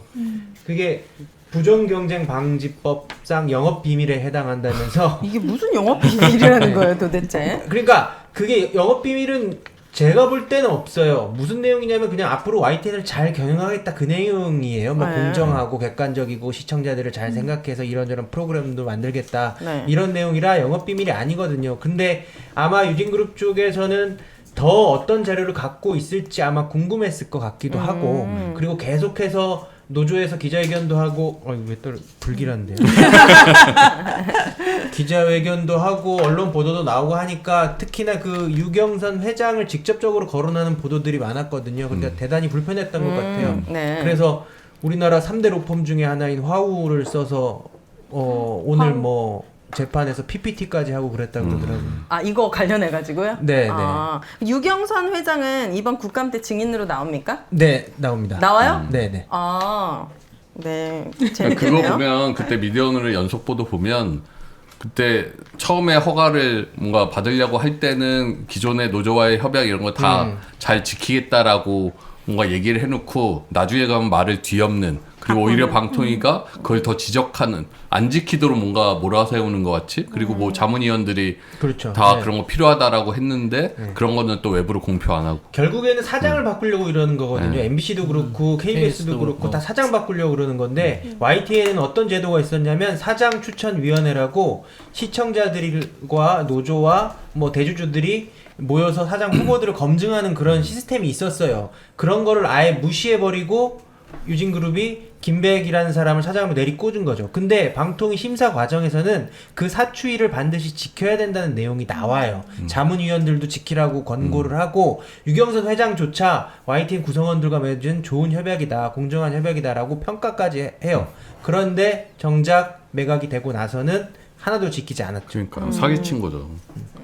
그러면 YTN은 다시 그 본안 소송 지금 진행 중이잖아요. 네. 근데 지금 3,700억 원이라는 큰 돈은 어쨌든 냈잖아요. 네. 유경선 회장 이거를 손해보고 다시 팔 가능성은 좀 낮잖아요. 본인이 자의로 팔 가능성은 대단히 낮죠. 왜냐하면 이 3,300억 원인데 이게 YTN 주가 이야기해서 또 죄송합니다. YTN 주가를 10,000원으로 기준으로 해서 그렇게 매각이 된 거예요. 근데 지금 현재 얼마죠? 주가가 3,100원 이렇거든요. 네. 그러니까 큰 손해라 유진그룹 입장에서는 매각하기가 대단히 힘들 거예요. 근데 뭐 정권이 바뀌고 이제 윤석열 대통령이 사라지고 좋은 세상이 오면 이제 어떻게 될지 모르죠. 그때 방통위원장은 또 다른 사람일 것이고. 아, 그럼 YTN 내부에서는 유진그룹과 만약에 상생해야 되는 관계가 된다면 내부의 어떤 규약 같은 거 해서 언론에 뭐 자유나 이런 거 탄압하면 뭐 형사적 처벌하겠다 이런 조항 같은 거를 넣을 계획도 있나요? 이게 뭐 너무 먼 얘기라 이렇게 말씀드리기가 좀 그런데 그럴 상황이 올 수도 있죠. 자본과 손을 잡아야 될 수도 있죠. 근데 그 선한 자본이라는 거는 스스로 선해지지 않고 뭐 노동자들이라든가 시민사회 그 다음에 정치권이 선하게 만드는 것 같아요. 강제로. 스스로는 예, 그렇게 되기가 그렇게 힘들다. 하게 만들어야죠. YTN의 공정방송 협약 같은 걸 철저하게 지키고 그렇게 하라는 약속 반드시 받아내야죠. 예. 알겠습니다. 자, 키워드 4번에는 민원령 활동가 분께서 6분이 큼티에게 궁금한 게 있다고 합니다. 이게 진짜 왜 궁금했는지 잘 모르겠는데 크게 궁금하진 않은 것 같아요. 제가 3개 정도를 뽑아서 민원령 활동가 분들이 큼티에게 뭐가 궁금한지 질문해 보도록 하겠습니다. 자, 여러분도 혹시 궁금하셨던 내용 있으면 댓글로 자유롭게 남겨주시기 바랍니다. 자, 송지현 지부장님, 거의 모든 출연 때 검정 옷을 입었던데 협찬입니까? PPL 논란이 예, 일었습니다. 지금 제가 지금 이걸 항상 입고 있습니다. 아, 제가 맨날 이 옷이었나요? 네, 방송할 때 아. 입는 옷이거든요. 아, 매번요? 그렇군요. 49번 다? 아니 그거 한 처음에 사- 저 색깔 있는 거 입었잖아요. 한 30번은 입었어요. 그렇군요. 예. 아니 그리고 되게 좀 그랬던 게 우리가 그 각자 티셔츠를 입을 때 있었잖아요. 아, 네네네. 그거를 되게 반대하면서 자유로운 패션을 하자라고 주장을 해서 했는데 바뀐 본인이 거거든요. 유니폼이야. 제가 솔직하게 말씀드릴게요. 네. 늘 솔직히 얘기해요. 그때랑 지금이랑 그때 제가 보라색 옷을 입고 있었죠. 네, 맞아요. 보라색 옷을 입었던 저와 네. 지금의 저를 비교해 보십시오. 왜 예, 달라요? 뭐가 뭐 달라요? 화면 분할 나가나요? 그러면 뭐가 달라요? 왜 제가 이걸 입었는지 알 겁니다. 아, 왜냐면 그때가 사실 더 날씬했고 지금이 더 살이 쪘거든요. 어. 네. 근데 우린 화면에서 봤을 몰랐는데. 때는 네. 그때가 더 살이 쪄 보여요. 지금 개인적인 이유로 지금 날씬해 보이기 위해서 검은 그렇습니다. 옷을. 네. 그거 중요하죠. 그거 중요하거든요. 출연자는. 지금 엄청 살이 쪘기 때문에 이제 사실 부모님이 보시는 걸로 알고 있어요. 네. 근데 얼마 살을? 부모님이. 네, 근데 저희 그래서? 아버지가 네. 제가 이제 원샷 한번 날씬했던 주세요. 제가 부모님한테 영상 편지 한번.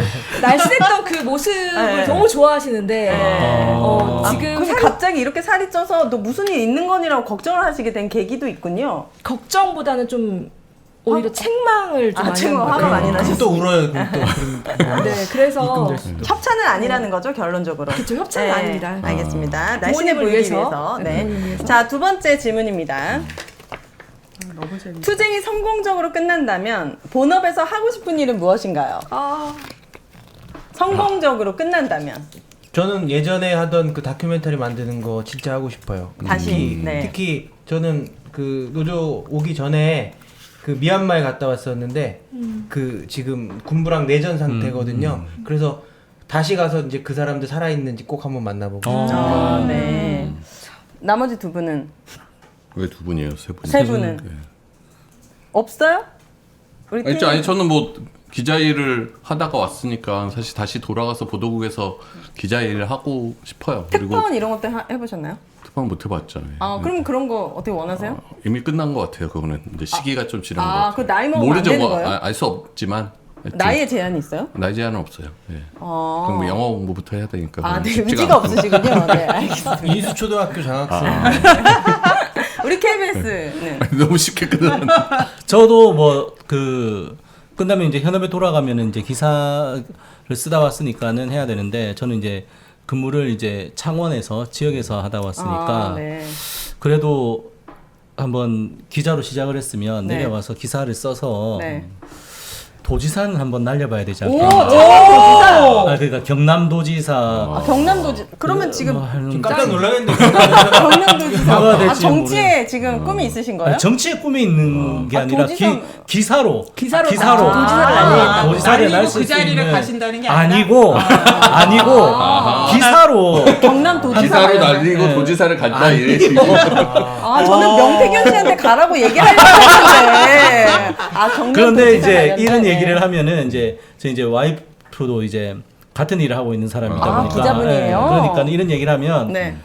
당신은 글렀어 이제 모조 시작을 했는데 이제 글 쓰는 건 안 돼 이러면서 기사 쓰는 무슨 기사를 쓰냐 이러면서 진짜요? 그렇게 핀잔을 듣고 납니다. 아니죠. 저는 여기 인기가 계신 많이 분들이 남았잖아요, 지금. 특종 얼마나 지금 윤석열 정부가 끝나면 그때부터 얼마나 더 자유롭게 취재할 수 있는 게 많겠어요. 그럼요. 이효정 본부장님 지금까지 하시면서 특종 많이 뭐, 하셨다고 제가 알만한 거 들었는데. 하나만 얘기해봐요. 하나만. 네이버 검색. 아니 그러니까 하나만 얘기해봐요. 본인이 그러고. 네. 그냥 특종. 언뜻 생각하는 거는 네. 예전 홈플러스가 네. 이 개인정보 경품 추첨 네. 한다라고 하면서 뭐 다이아몬드 걸고 네. 그랜저 걸고 막 경품 행사들 정보만 했어요. 빼나고. 네, 근데 개인정보 실제 1등 당첨한 사람한테 그걸 안 준 거예요. 경품은 안 줬어요? 안 줬어요. 뭐야? 그러니까 두세 번 전화 걸었는데 일반 번호니까 안 받잖아요. 네. 그럼 패스. 그거 기사 기억나요. 그거 제가 나 한 거예요. 기억나요. 그거를 해서 오, 기억나. 경품 추첨 제가 그걸 해갖고 다 찾아드렸어요. 자동차 어. 한 대, 오! 외제차 한 대 막 이렇게 해서 상당히 많은 부분이 경품을 받았고 네. 근데 얘네들이 그렇게 내걸고 뒤에다가 개인정보를 다 적게 하거든요. 수집하고. 깨알같이. 그 그거 개인정보를 수집했구나. 또 판매를 했어요. 어디에요? 뭐 무슨 그러니까 여러 데이터베이스가 필요한 업체들 있잖아요. 어머나. 유료 판매. 그게 최근까지도 법원 판결 홈플러스에서 관련해서 뭐 법원 판결 나오고 계속 어제도 그랬거든요. 홈플러스 갔는데. 아니, 그래도 뭐 그래요? 홈플러스도 살아야 홈플러스는 되니까. 우리나라 거예요? 아니에요. 외국. 약간 사모펀드 뭐 이런 유가 갖고 있는 까르프. 그거부터 시작해서 하여튼 우리나라 뭔가 건 이어져요. 아니에요, 우리나라 건 홈플러스가? 아니고 하여튼. 저한테도 그러셨어요. 네, 특종. 저는 다시 음. 기존에 만들었던 프로그램들을 정말 만드는 게 저희 소원이거든요. 다시? 짤짤이 쇼나 윤상욱 쇼, 그다음에 티봉이 있잖아요. 제 티봉이가 지금 티봉이 어디 갔어? 아무 일도 티봉이. 하고 있지 않거든요. 티봉이. 저 친구가 원래 지금 홍보팀에서 일하고 있는 티봉이 막내인데, 한 티봉이 좀 데려와 주세요. 네, 티봉이를 다시 네. 일을 시킬 수 있었으면 좋겠습니다. 그래서 맞아요. 티봉이를 다시 정말 대한민국 최고의 그 캐릭터로 네. 키우지 못한 이 미완의 꿈을 이루고 싶습니다. 물개인 거죠? 수달인가요? 아니요. 티봉이 정체성 티봉이는 논란. 그냥 티봉이에요. 송지연? 아니요. 그 뭐라고 하지? 낙파 갑자기 까먹었다. 동물이에요? 네. 해 뭐지? 해달. 해달. 해달. 네. 해달. 네. 네. 수달? 꼭 수달? 그렇게 되기를. 해달이 뭐야? 네, 해달은 바다에 사는 수달을 해달이라는. 네, 맞아요. 네. 아, 그래요? 알겠습니다. 자, 그럼 테마. 다음 질문으로 넘어가 보도록 하겠습니다. 마지막 질문. 가장 기억에 남는 시청자 닉네임 혹은 댓글을 뽑자면 뭐 나를 울리거나 뼈 때리거나 뭐 이런 댓글도 있고 기억나는 게 있다면 저희가 댓글이 기억 안 날 수가 없어요. 사실 되게 소소하게 저때처럼 저 기억나는 네. 잊을 수 없는 분 뭐요? 김건희님. 김건희님. 네, 처음에는 건희인 줄 알았어요. 네네. 그래서 이분이 김건 휘. 휘인데 지금도 함께하고 계십니다. 네, 근데 지금도 또 계십니다. MBC에 김건희 똑같은 이름의 그쵸, 기자님이 기자가 계세요. 있어요. 그래서 네. 처음에는 저는 또 어. MBC 기자님이 네. 이호찬 본부장님 응원하려고 들어와서 봤나? 그래서 제가 물어봤죠, MBC 본부에. 그랬더니 그분 아니시고. 네. 그분은 김건 휘예요 거의. 저분도 똑같아요. 휘예요. 네. 아. 똑같이. 재밌죠. 그리고 그분은 똑똑하시네. 남성이라 그러더라고요. 네. 근데 김건희님이 그래서 그때 저희가 중간에 한번 김건희님 궁금하다 그랬는데 어디 강남 쪽에 사시는 분이라고 아, 직장인이시라고 네, 그렇게 지금 오늘도 들어가겠습니다. 네, 함께하고 계십니다. 조용하시네요. 네. 네, 김건희님이 잊을 수 없고 궁금하고 얼굴 꼭 한번 보고 싶은 분. 네, 정말 심은정님, 풀뜯는 고양이님, 광채님, 박연우님, 정말 또 기억나는 댓글들 있으신가요? 예전에 이호찬 본부장 선배인 것 같은데. 아, 인수초등학교. 네, 인수초등학교. 아, 공부 잘하더니 선배거든요. 기자 됐구나. 네, 그게 되게 기억에 남더라고요. 네. 네. 그분이 누구신지 그 다음부터는 안 들어오시는 안 것 같아요. 들어요. 아니 나 그게 너무 웃겼어. 공부 잘하더니 기자 됐구나. 이러면서. 네.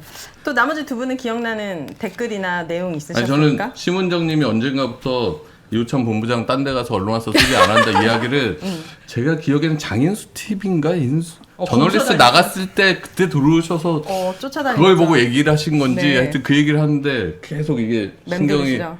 쓰여서 지켜보고 계세요, 우리 은정님이. 그래서 네. 잘 살아야겠다. 저는 뭐 누군지 궁금해요, 심은정님 이렇게. YTN 주식을 사라고 하도 얘기를 많이 하고 다녀서 네, 와주라. 주식 주가 떨어졌다 네. 이 얘기 계속 듣게 될 해주시던 분 오늘 안 들어오셨다. 그때마다 가슴이 아파요. 네. 저기 오늘은 주식 얼마라고 주가 네. 얼마라고 얘기해 주시던 분이 제 인생의 첫 주식 투자인데 그러니까 정말. 이호찬 본부장님 10주 사셨습니다. 네, 10주. 아, 10만 원, 10만 원. 김건희님 용산 아니 사신다고. 10주 사서 아니 10주 아니에요. 그러니까 10만 한 11, 2만 원 김건희. 20주 샀나 보다 20주. 네. 용산 사신다고요? 그러니까 강남 아니고 용산이었어. 그래서 기억에 남아요. 네. 김건희님께서 어떻게 또 용산에 사시지? 그 건희님은 서초에 사시는 거 아니에요? 아니 이제 한남동에 이제 사시죠. 한남동에 한남동. 사시잖아요. 아. 그분은. 네. 같은 하늘 아래 옆에 계시고. 자, 그러면 이제 더 큰 피에게 묻는다는 이렇게 3개 정도. 이거 더 하나 네. 궁금한 거. 네. 여기 칠번 박상현 어떻게 뽑히지도 본부장님- 않았는데 그게. 네, 네. 뽑히진 않았는데. 자, 7번 말씀해 궁금하신가요? 주세요. 네, 저 궁금해요. 자, 박상현 본부장님은 언론아싸 거의 모든 출연 때 카라가 있는 티셔츠를 입으셨는데요. 어허. 찾아보니까 언론아싸뿐 아니라 KBS 노조 기자회견 때도 카라 티셔츠만 입으셨더라고요. 왜 이렇게 라운드 아니고 오직 카라 티셔츠만을 고집하시는 이유가 있을까요? 고집하는 건 아니고 이 비슷한 스타일의 옷이 이제 몇 벌이 있는데 희한하게 그 할 때만 그런 옷을 입었던 것 같아요. 아. 그래가지고 아, 라운드도 있어요? 있긴 있죠. 근데 이제 저는 말씀드리자면 일단 타지 생활하고 있다 보니까 옷을 별로 안 가져왔고 네. 최소한을 가지고 이제 여러 번 돌려서 있다 보니까 네. 희한하게 좀 그렇게 된 것 같습니다. 아니 제가 뭐 얼굴이 옷을 동그라니까 좀 더 가름하게 나오시고 싶은 생각은. 그런 게 있나요? 미안해요. 생각도 지금 없으신 것 사과해야 될것 같습니다. 네. 이렇게 패션에도 우리 민원녀 활동가 분들이 큼티 분들에게 궁금한 것들이 있었다는 그래서 게 참 신기하다는 참 생각을 신기합니다. 했습니다. 네. 관심이 많으시구나. 자, 이제 요주의 인물로 넘어가 보도록 하겠습니다. 지금 여러분들 앞에는 칠판이 하나 있어요. 그래서 이번 키워드 요주의 인물, 큼띠들이 가장 거슬리는 인물이 누구인지 이름을 실명으로 반드시 써주시고 그 이유에 대해서도 말씀해 주시면 좋을 것 같습니다. 너무 뻔한 인물이 나오면 조금 아쉽긴 한데 어쨌든 너무 뻔한 인물을 적고 있는데 지금. 그러니까요. 혹시 이진석? 꼭 인물만 적어야 되는 건가요? 아니 아니 뭐 해도 어떤 되죠. 사도 돼요. 네, 다 자유롭게. 동물도 돼요. 혹시 뭐 건물? 네. 자, 하나, 먼저 쓰신 분들 공개해 보도록 하겠습니다. KBS는 서기석 이사장. 네. 뭐 아는 분이에요? 잘하는 분. 저기석이 누구야? 지금 KBS 이사장. 이사회 이사장인데 서기석. 네, 서기석 이사장인데 네. 오늘도 지난 한 석 달 동안 KBS의 거의 모든 노조, 아까 말씀드렸던 공영노조 빼고 네. 모든 노동조합 협회에서 그렇게 반대해오던 조직 개편안을 통과를 시켜버렸습니다. 오늘 이사에서요? 네, 이 조직 개편안은 임기 이제 2달도 안 남은 사장이 하겠다는 조직 개편안인데 이 말이 안 되는 거지 않습니까? 네. 거수기 노릇을 자처한 거거든요. 네. 이랬던 이 사장이 이번 또 사장 선임 계획도 오늘 의결이 됐거든요.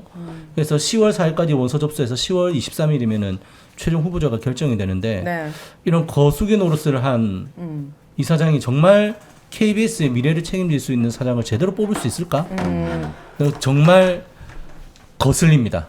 서기석 이사장에게 한마디 하시죠.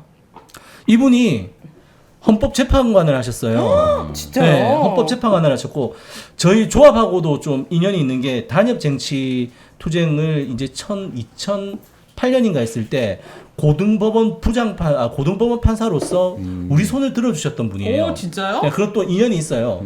근데 헌법재판관까지 했으니까 어쨌든 법관으로서는 상당한 지위를 그렇죠. 누리셨고 그렇죠. 그다음에 사회에서 인정을 받는 원로이신데 근데 왜 KBS에 와서 그런 뒤치다거리 왜 윤석열 호봉하고 있는 거예요? 그렇죠. 그러니까 제발 법관으로서 마지막에 영예로운 행동을 보여주시기를 바란다는 얘기를 하고 싶습니다. 네.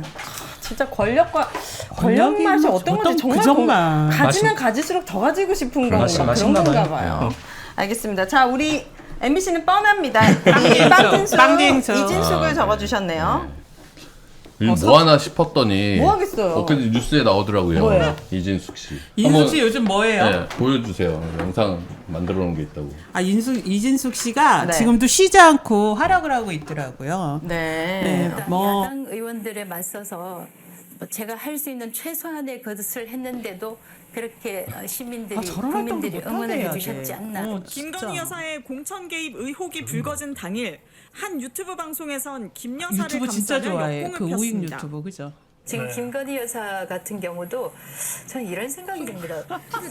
어떻든 이제 유튜브니까. 조그만 그 약점이 있으면 한 저런 사람만 활동을 들고 하지 말라고 한다는 그런 뭐 하는 판단은 조항은 이야기가 없으니까. 있잖아요. 제물로 삼아가지고 이 정권을 저거 무너뜨리려는 탈중인데도 MBC 대주주 붙여줘야 되나? 방송문화진흥회 아니 저거 이사진 선임의 헌법재판소에 제출해야 제도물건 되는 거 아니에요? 재판부를 향해서 저 출연분? 발언. 좌편향적이라며 인신 공격성 폄훼도 재판부를 서슴지 않았습니다.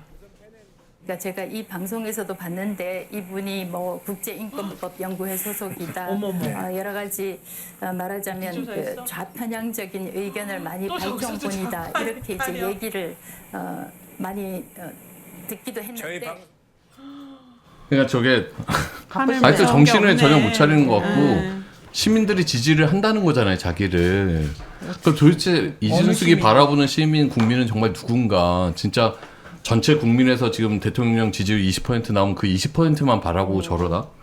그리고 판사에 대해서도 저렇게 이야기하는 게 딱 그 연예인들 좌파로 낙인 찍고 이랬던 거 똑같잖아요. 네. 뭐 국제인권법 연구회 소속이라고 하면서 또 그 판사를 어느 이념적으로 뭔가 자리 지으려고 하는, 그러니까 저런 태도로 아직까지 지금 탄핵 심판 지금 심사 진행 중이죠. 중이죠. 지금 심리 중인데도 저렇게 나가서 그럼 방송통신위원장이잖아요. 어쨌든 중지가 됐지만 됐지. 그럼 직무만 중지됐지. 최소한의 네. 어떤 중립성 균형 이런 거를 좀 지켜야 되는 사람인데 그런데다 국회- 의료대라는 가짜 뉴스라고 또 하셨었죠. 그러니까요. 네, 그 심정이랑. 조그만 김건희 여사에 대해서 조그만 약점, 그러니까 난 조그만 파우치? 그게 생각이 나는데 그러니까 저런 발언들을 뭐든 작게 보이는가 보다 저 사람들은. 저런 발언들을 아직도 방통위원장이란 자리에서 하고 있다라는 게 참 안타깝고 네. 저런 사람 왜 월급을 그러니까 줘야 국민 되는지 세금으로 한 달에 정말. 거의 1,000만 원씩. 월급 받고 유튜브 나가는 거네요. 그러면. 그러니까요. 지금 연봉이 1억 5천이라는 거죠. 와, 안타깝습니다. 진짜 다 토해내야 되는데. 자, YTN은 뭐라고 썼습니까? 저는 녹취. 요즘 녹취들 많이 나오잖아요. 네. 근데 어. 그거 볼 때마다 저는 막 이 정권에 민낯이 드러난다 뭐 이 생각도 물론 하지만 되게 거슬리는 게 인간 본성의 어떤 추악한 면 그냥 그 녹취를 통해 그냥 생으로 듣는 것 같아요. 그래서 몹시 거슬립니다. 그러면서도 또 하나 기대를 하는 게 그 네. 녹취 중에 YTN 강제 매각에 대한 김건희 씨의 어떤 지시가 담긴 녹취가 나오지 녹취가 않을까? 나오지 않을까라는 나올 기대도 수 있죠. 합니다. 또. 네. 본인이 직접 그 녹취를 뭐 이렇게 특종을 잡아봐야겠다 이런 의지는 없습니까? 그 의지야 충만한데 아직은 예. 할 수가 아직 없어서. 후임을 지금은 할 수 네. 없으니까. 근데 기자의 힘은 대단한 것 같아요. 저는 이명수 기자 보면서 정반대에 있는 사람도 조금만 이렇게 구슬려서 이렇게 친근하게 해가지고 그거 다 녹취해가지고 이게 이것도 어떻게 보면 하나의 어떤 기자로서의 엄청난 능력이죠. 능력 아닙니까? 네. 그러니까 다 이용 가치가 있다고 생각하는 그쵸. 거예요. 기자의 전화를 받아주는 고위 공직자나 유력자들은 대부분 그 기자를 이용하려고 해요. 영향력을 이용하려고 해요. 그냥 뭐 선의로 하거나 그런 그렇죠. 사람은 드물어요. 네. 난 그 비서관 너무 신기한 게 그 이명수 기자가 김건희 여사랑 통화해갖고 그게 그 난리가 난 거잖아요. 근데 네. 이게 근데 어떻게 그 사람이랑 다시 그런 류의 얘기들을 막 할 수가 있지? 정신이 박힌 대통령실 근데 비서관이. 이게 이제 꽤 저기 몇 네. 년 동안의 네. 통화 내용이고 그때 당시 그렇게 통화할 때까지만 해도 그게 드러나서 알고 있지 않. 아니 그 통화한 시점도 뭐 아, 스트레이트 그래요? 보도 나온 뒤예요. 근데 뭐 네. 고향에 갔다 뭐 이러면서 친해지고 뭐 막 이러는데 정말 저질이다 이 사람. 도덕관념이 없는 거예요. 자, 우리 TBS 언론 요즘 거슬리는 거 언론 원래 제가 봤는데 약간 지금 보수. 아니, 보수 썼다가 지웠어요. 그냥 언론. 네. 보수 언론이라고 썼던 거는 지난번에 이제 9월 11일 날 제가 말했다시피 수령기간 해제됐을 때 그거에 대해서 굉장히 피상적으로 다룬 언론사들이 많았고 네. 또 TBS 탓을 했고 그다음에 서울시가 잘못된 부분이 있잖아요. 방송사를 없앴잖아요. 네. 근데 그 부분에 대한 지적을 안 하고 무슨 여기 뭐라고 했더니 조선일보가 뭐라고 얘기를 했냐면 그동안 방송 본업의 경쟁력을 키우기보다 정치방송, 편파방송에 몰두해본 결과라는 거예요. 저희가. 근데 이게 같은 언론사가 언론사가 스스로 권력에 의해서 언론사를 날려버렸는데 그거에 대해서 면죄부를 준다? 저는 좀 그게 되게 이해가 안 가서 권력한테 아예 그냥 그런 권한을 쥐어준 꼴이라는 생각이 들었고요. 조선일보 언론사로 생각하시는군요. 아니 그건 아니지만 어쨌든 그래서 굉장히 기분이 안 좋았고 네. 그다음에 또 하나 제가 이 부분은 좀 약간 예민한 얘기일 수도 있습니다. 제가 할까 말까 생각을 했는데 김어준의 뉴스공장을 탄생시키고 소멸시킨 곳이 TBS잖아요. 그러다 보니까 언론사들이 TBS를 바라보는 눈이 저는 어떤지 압니다. 예를 들어서 그게 옐로우 저널리즘 같은 거 옐로우 저널리즘이라고 그렇게 취급을 많이 했어요. 특히 언론 종사자들 메이저에 있는 신문 방송사들이 TBS를 바라볼 때 약간 쌈마이 약간 이런 식으로 바라봤던 거를 저는 느꼈어요. 근데 저는 방송 작가지 않습니까? 네. 대중들하고 소통하는 가장 그 극단에 있는 사람이기 때문에 이걸 바라봤을 때 어떻게 바라봤냐면 어떻게 보면은 정론지와 정론지에 종사하는 언론 종사자들과 시민들의 괴리감이 되게 커지고 있다. 그런 생각을 했고 또 네. 하나는 그래서 이게 TBS 초반에 이게 언론 탄압 프레임이 되지 못한 가장 큰 이유였습니다. 그때 당시에 옐로우 저널리즘이 제자리로 돌아왔다는 그러니까 언론 탄압의 프레임으로 생각하지 않고 이걸 어떻게 봤냐면 어느 정도는 그럴 만했어. 그러니까 옐로우 저널리즘이 퇴출된 거 정도의 스탠스였어요. 그러니까 TBS에 대해서 적극적으로 나서지 않았단 말이에요. 네. 네, 그런 부분은 그래서 저는 이게 TBS 초반에 그래서 제대로 싸우지 못했다. 저는 그렇게 생각합니다. 물론 이제 와서는 지금 뭐 MBC도 KBS도 YTN도 서로를 이해하고 이게 탄압 국면의 초반에 그 탄압 국면 초기에 있었던 일이라는 걸 알았지만 그때 당시에는 안 그랬어요. 네. 제가 기억하기론. 충분히 너무 작가님의 마음이 이해가 되고 근데 그렇게 레거시 미디어나 그런 미디어에서 그렇게 생각했었던 결정적인 이유도 인기가 많았기 때문이에요. TBS의 프로그램들이 그 안에는 저 비용으로 저런 효율을 낸다고 약간의 질투 이런 게 너무 섞여 있었기 때문에 그랬던 거지. 네, 저는 그렇다고 봅니다. TBS가 좀 불쌍하다는 생각이 들어요. 그러니까 TBS 구성원들이 아니라 그냥 TBS라는 거 자체가 제가 지난번에도 말했지만 시민들이 두 가지로 TBS를 생각하잖아요. 하나는 과거의 TBS. 네, 국민 혈세로 편향적인 방송을 만들어서 쌤통이다라는 것과 네. 김어준의 뉴스공장이나 신장시장 신장개업이나 뭐 해시태그나 이런 프로그램들을 지키지 않고 구성원들이 너무 내줬다라는 그런 프레임에서 둘 다 미움을 받아서 지금 제가 요새도 TBS 관련된 기사를 보면 너무 못 보겠어요. 아마 KBS도 마찬가지겠을 텐데 네. 댓글을 보면은 너무 무서워요. 그래서 이 본질을 제대로 봐주셨으면 좋겠습니다. 지금 신문정님도 김어준은 국민이 또 가장 신뢰하는 언론이 2위잖아요. 1위가 손석희 씨였고 네. 이게 객관적인 한때. 팩트예요. 사실은 가장 한때 신뢰하는 언론인이고 김어준 씨는 지금도 현재도 과거에도 그랬고 그런 방송을 했던 곳이 TBS고 근데 왜 TBS의 간판에 달았기 때문에 TBS가 황색 언론을 달고 있다. 이거는 너무 잘못된 시각인 것 같습니다. 그리고 또 하나는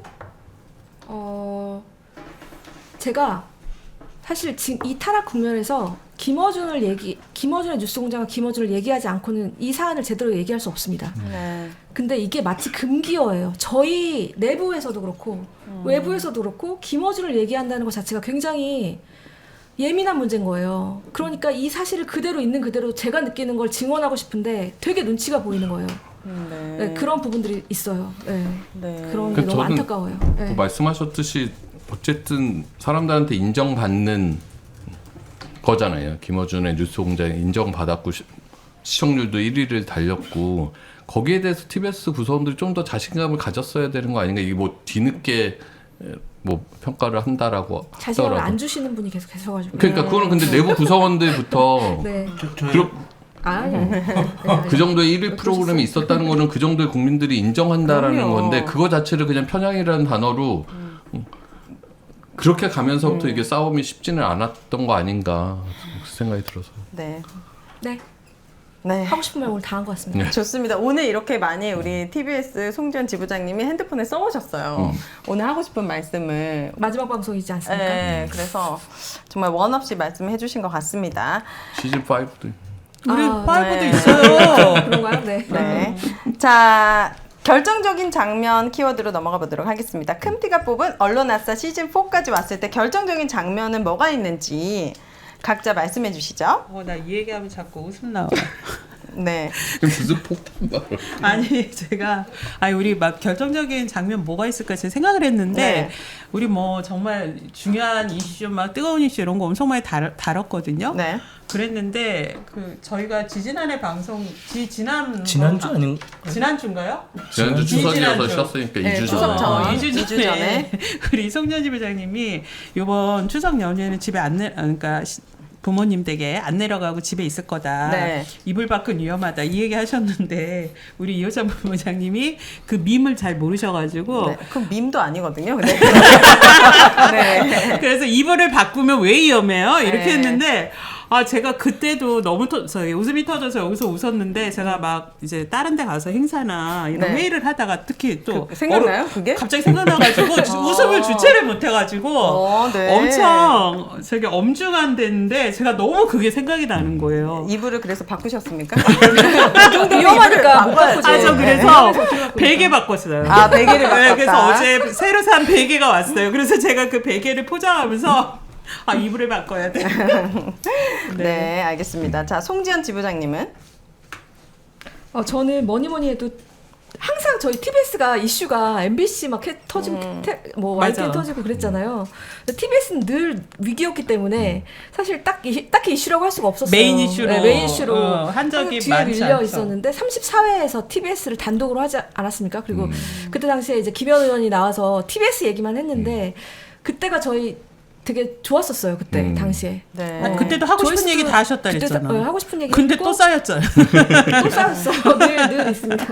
그때가 가장 기억에 남습니다. 그때 송지연 지부장이 그 방송을 마치고 네. 특히 그때 김현 의원이 와서 TBS는 반드시 청문회 언론장악 청문회 주요 대상이다. 그 다음에 국정감사 등에서 반드시 서울시든 어디든 다 우리가 불러서 조사할 수 있다. 왜 TBS가 청문회 대상이 아니냐라고 확인을 해줬는데 그게 너무 든든하셨다고 그날 여러 번 얘기하셨던 기억이 나네요. 네, 좋습니다. 자, KBS.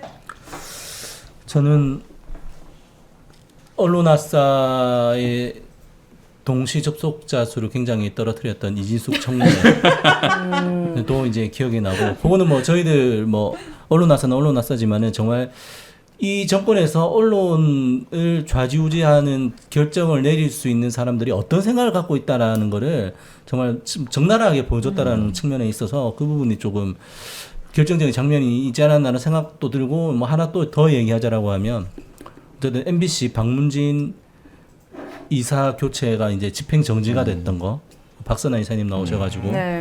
얘기를 하셨는데, 그 부분도 물론 그 전에 이제 권태선 이사님이라든지 이거 그 해임 시도가 막힌 적이 있었지만은 계속 공영방송이 밀리다가 한번 좀 반격을 했던 그런 시기였던 것 같아가지고 그때는 좀 통쾌했다. 네, 그랬던 것 같습니다. 네. 저는 여기 대본에는 없지만 저희가 국회에서 이진숙 후보자 청문회가 시작되던 첫날 여기 계시는 위원장님 그리고 뭐 저도 현장에 있었지만 그 현장에 직접 갔었어요. 그래서 이진숙 씨가 입장을 할 때 이진숙 씨한테 묻고 싶었던 분들이 이진숙 씨한테 이제 질문을 하던 시간이 있거든요. 그때 갑자기 어디서 천둥 번개와 같은 목소리로 네. 부끄럽지 않습니까? 이용마 기자에게 사과하십시오. 라던 분이 있어요. 바로 네. 이분이시죠. 이호찬 본부장님. 네, 그래서 그렇게 국회에서 소란을 피우고 뭐 소란이라뇨. 지금 아니 그게 김장겸의 프레임. 김장겸의 주장이죠. 네. 그다음에 심지어 폭력을 행사했다. 폭력이라니요. 이런 주장을 하면서 이분들 1개월 국회 출입 정지 됐거든요. 이제 풀렸대요. 이제 네. 그랬는데 그 후에 풀렸어요. 예, 그 후에 그 고한석 지부장님이 아니 그때 목소리 컸던 이호찬 본부장은 1개월 해야지 왜 우리는 똑같이 1개월을 받아야 되냐 네. 이렇게 항변하던 갑자기 네. 그 얘기는 왜 하신 거예요? 그것도 기억에 남습니다. YTN은 기억 남는 거 있습니까? 뭐 전 박상현 본부장님 뭐 말씀에 다 동의하고 다 그 기억나고, 저는 그냥 개인적으로는 그 노정면 의원이 나왔을 때가 제일 기억에 남아요. 그 회사에서 같이 일할 때 엄청 까탈스러운 사람이었거든요. 참 네. 국회 가서도 어지간하더라고요.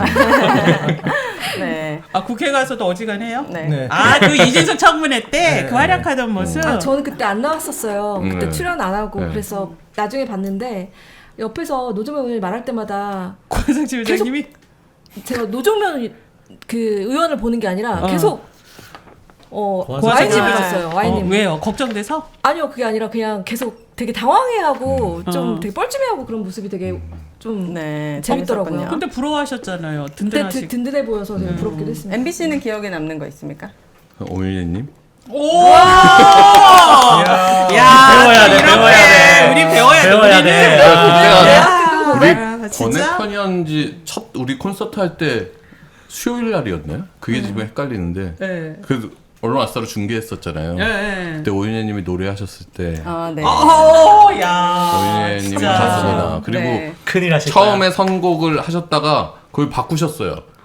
어려운 곡으로. 그래서 뭔가 정말 그 잠깐의 시간을 어쨌든 MBC에 대한 시민들의 지지나 이런 걸 끌어주기 위해서 자기의 어려운 되게 고난이도의 선곡까지 세상에. 바꿔가면서 노래 불러주셨을 때 진짜 네. 아, 저 인상적인 이제 또 결정적인 장면 감사드립니다. 바꿀래요. 입을 바꾸면 위험해서 이호찬의 사회성으로 바꿀래요. 이제 저는 이제 시즌 5부터 저는 빠집니다. 그래서 제가 이 149회 했었던 언론아싸를 쭉 돌이켜봤을 때 기억나는 장면들이 있어요. 우선 되게 신기했던 건 각 지부에 가서 우리가 방송했잖아요. 그러니까 저는 이제 일반인이니까 집에 지부 갔다고요? 지부 아, 또 네네. 시작이네. 노조라고. 지부 YTN 지부 KBS는 본부. 본부. KBS는 본부. 이렇게 MBC 그 네. 노조분들의 사무실에 가서 방송했었던 기억이 나는데 그때 KBS 거기 본부 갔을 때 세월호 유가족분을 실제로 만나서 같이 방송을 했었던 그 장면도 비가 진짜 많이 오는데 촛불 들고 막 그때 다큐 하라 그렇게 했었던 이게 참 언론의 역할이 중요하구나 그런 것도 너무 좋았고 또 콘서트 진짜 가수 지금 노래하는 지가 지금 몇 년인데 어쩌자고 그렇게 또 큰 무대에 서서 또 노래할 근데 수 있는 너무 기회가 멋있었어요. 그러니까요. 네, 제 본업을 인증할 수 있는 기회였고, 그리고 저는 박선아 이사님과의 방송이 되게 인상적이었는데, 그러니까 여기서 방송을 하면 이제 제가 방송을 한 10개 정도 하잖아요. 가면 인상 깊었던 사실에 대해서는 좀 많이 퍼뜨리고 다니는 편이에요. 그래서 박선아 이사님께서 본인의 거의 각자의 사비를 걷어서 이 소송을 준비하고 계시고, 그리고 그런 역할들을 봤을 때 숨어있는 정말 영웅 같은 분들이 많이 있다. 그런 것들을 저도 알게 되어서 참 좋았던 계기가 됐습니다. 네. 어쨌든 시즌 4에서 끝나는 건 아닙니다. 언론아싸 시즌 5도 계속 됩니다. 소개를 해주시죠. 네, 저희 시즌 5는 공식 버전은 12월부터입니다. 11월이죠. 아, 11월. 아, 이런. 빨리 이 해를 접고 싶어서. 네. 네. 11월부터, 저희가 지금 오마이TV랑 이거 공동 기획 제작을 하고 네. 있는데요. 이번에는 시즌5는 8회를 하게 되는데요. 11월부터 12월 말까지 일주일에 한 번씩 매주 금요일. 예, 오후 2시. 오후 2시. 그런가요? 야, 예. 네. 오후 2시죠? 네. 4시인가요? 이 큰일 났네요. 그거는 그걸 알려드리겠습니다. 그래서 전해주셔야 될 텐데. 네, 오마이TV에 최지은의 뉴스 호로록이라는 프로그램이 있어요. 저희 광화문에서 시민문화제 할 때 사회를 봤던 TBS 네. 전 아나운서였고, 네. 저희 언론아싸도 윤혜님이 사정상 못 장군님 때 아니에요? 맞아요. 네. 최 장군님. 네. 최 장군님 진행하는 프로그램이 있는데요. 그래서 매주 금요일 날 최 장군님하고 저희 그 호로록하고 언론아싸가 콜라보 방송으로 8회를 11월 첫째 주부터 첫째 주 네. 금요일 오후 2시부터 오마이 TV를 보시면 네, 시즌 그래서 5. 예, 언론아싸가 또 시즌 5로 저희 찾아뵐 거고요. 그리고 오늘 저희 시간이 없어서 아직 의논 못했지만 저희가 10월에 언론아싸 특별 외전이 2번 하려고 이걸 합니다. 방송으로 지금 얘기하고 섭외를 네, 네. 그게 저랑 무슨 상관이죠? 저 저 윤- 오늘까지까지 아니에요. 윤혜님하고 해야 돼서 윤혜님 섭외를 현장에서 지금 하고 있습니다. 네. 저희 지금 특별 오후 외전은 2시면 매부쇼랑 경쟁하실 생각이냐고 지금 이렇게. 오후 2시 아니고 오후 4시입니다. 맞아요. 매블쇼 때문에 저희가 오후 2시 겁없이 덤볐다가 그 2시는 어느 유튜브도 배치 안 한다. 맞아요. 예, 그래서 오후 4시. 4시. 네. 심은정님 감사합니다. 10월 첫째 주 오마이TV에서 매주 금요일 오후 4시에 언론아싸 시즌5 시작하도록 이거 하겠습니다. 뭐가 정확히 정해지면 예고를 정확히 네, 해야 해야 될 될 것 것 같습니다. 네. 네. 근데 번외편도 말씀해 그래서 주셔야 되는 번외편은 거네요. 저희가 네. 10월에 2번 만들려고 하고요. 저희 정말 저희 이 완전체로 네. 네, 시즌 하려고. 5는 완전체로 안 나갑니까? 시즌 5는 그 오마이 TV랑 콜라보인데 그 오마이 TV 스튜디오로 가요. 지금은 이제 민원연에서 하거나 저희가 언론아싸 네. 노조 사무실에서 했었는데 그 스튜디오에는 최대 3명밖에 자리가 없어서. 네. 네. 아. 그래서 사회자 번갈아가면서. 한 분과 두 분씩 네, 돌아가면서. 두 분으로 돌아가면서 8번을 하게 될 예정입니다. 네, 알겠습니다. 자, 많은 분들 그때 또 예고 드릴 테니까 응원해 주시길 바라고요. 언론아싸의 역할이 분명히 있었을 거라고 생각합니다. 앞으로도 있을 거라고 생각하고요. 우리 2달 후에 뵙게 되겠네요. 네. 그죠? 예, 그동안 정말 많은 일들이 있을 것 같아요. 국정감사도 있고 하니까 많은 또 좋은 소식 준비하셔가지고 많은 분들에게 들려주셨으면 좋겠습니다. 2달 후는 아니고 한 달? 그리고 10월에 2차례 또 번외편을 하는 거고 그건 또 이제 끝나고 얘기를 나누셔야 되는 네네. 거니까. 예. 알겠습니다. 네, 저희 되게 빨리 볼 거예요. 네, 알겠습니다. 자, 정말 식구 같은 많은 분들 함께 해주셨습니다. 돌팅이님, 박연우님, 이렇게 아까 이름 못 말씀해드린 박규환님부터 해가지고 정말 많은 분들 함께 해주셨습니다. 한 달 후에도 변함없는 관심과 사랑 꼭 부탁드립니다. 자, 이거 같이 외쳐보고 마무리하도록 하겠습니다. 시민이 언론의 인싸가 되는 그날까지 언론 아싸! 감사합니다.